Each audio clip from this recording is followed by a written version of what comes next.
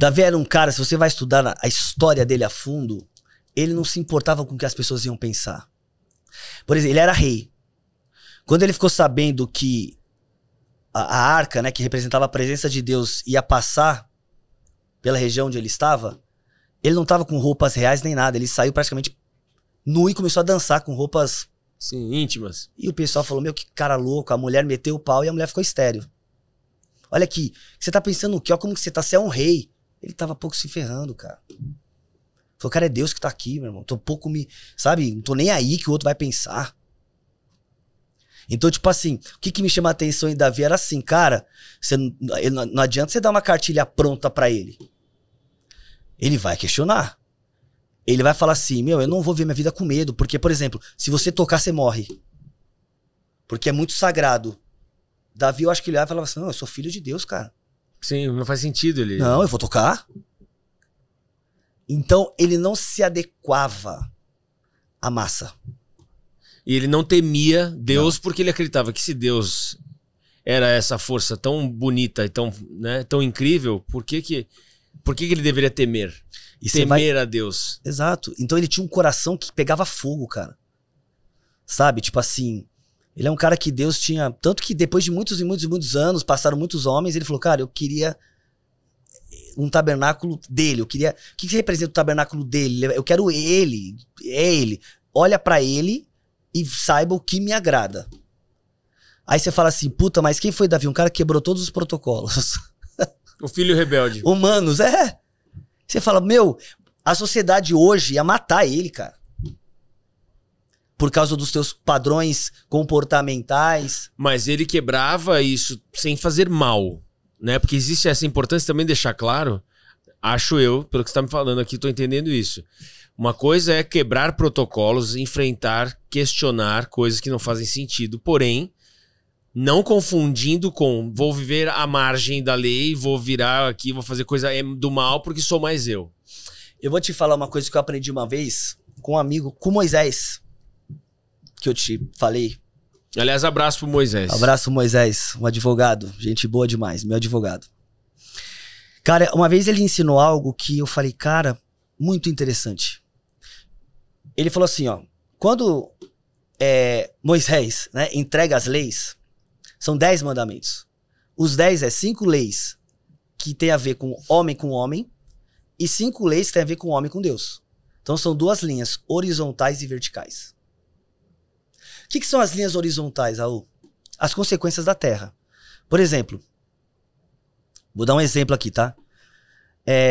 Na tribo, na Jamaica, é muito normal fumar maconha. É. Se eu chegar nessa praça aqui e pegar um baseado, sei lá, é que hoje algumas coisas é permitido, vamos dizer que não é. Sim. Fumar maconha, um policial vinha e dar um tapa na minha orelha. Certo. Certo? Você não pode chegar pra mim e falar que isso é pecado. Porque varia de lugar para lugar. Mas eu não posso reclamar também se eu tomar um tapa na orelha do policial. Uhum. Porque a minha ação tem uma consequência. Uhum. Certo? Ponto. Essa é a linha horizontal. É o que tu faz na terra. Tem a ver com homens, com pessoas, com as leis da terra. Mas existe uma... É disso que entra Davi. Por exemplo, vamos voltar pro Jardim do Éden. Deus chega para Adão e fala assim para Adão, Adão, você pode comer de todas essas árvores que tá aqui. Só dela que não. Só aquela que você não pode. Mas de todas você pode. Ou seja, vamos dizer, quantas árvores existem, Raul? Sim. Pô, você chegar pra uma pessoa e falar assim, você pode tudo. Desculpa. Menos essa. Mas aquela exceção é você e Deus, cara. Entendi. É essa exceção, é o teu elo. Por exemplo, existe uma história que o pessoal mete o pau em Davi, que Davi, ele tinha um guerreiro, né, dele, e ele botou o guerreiro pra morrer pra ficar com a mulher do cara. Davi fez isso? Davi fez isso. E aí, as pessoas, Davi adulterou. Foi um adúltero e pai, e hoje até os evangelhos falam o erro de Davi, o pecado de Davi e tal. Se tu perguntar pra mim, como é que tu vê essa cena, esse acontecimento, cara?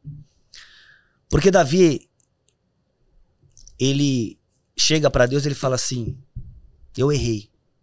Mas olha a oração dele. Deus me perdoa, eu errei. Somente contra ti eu errei.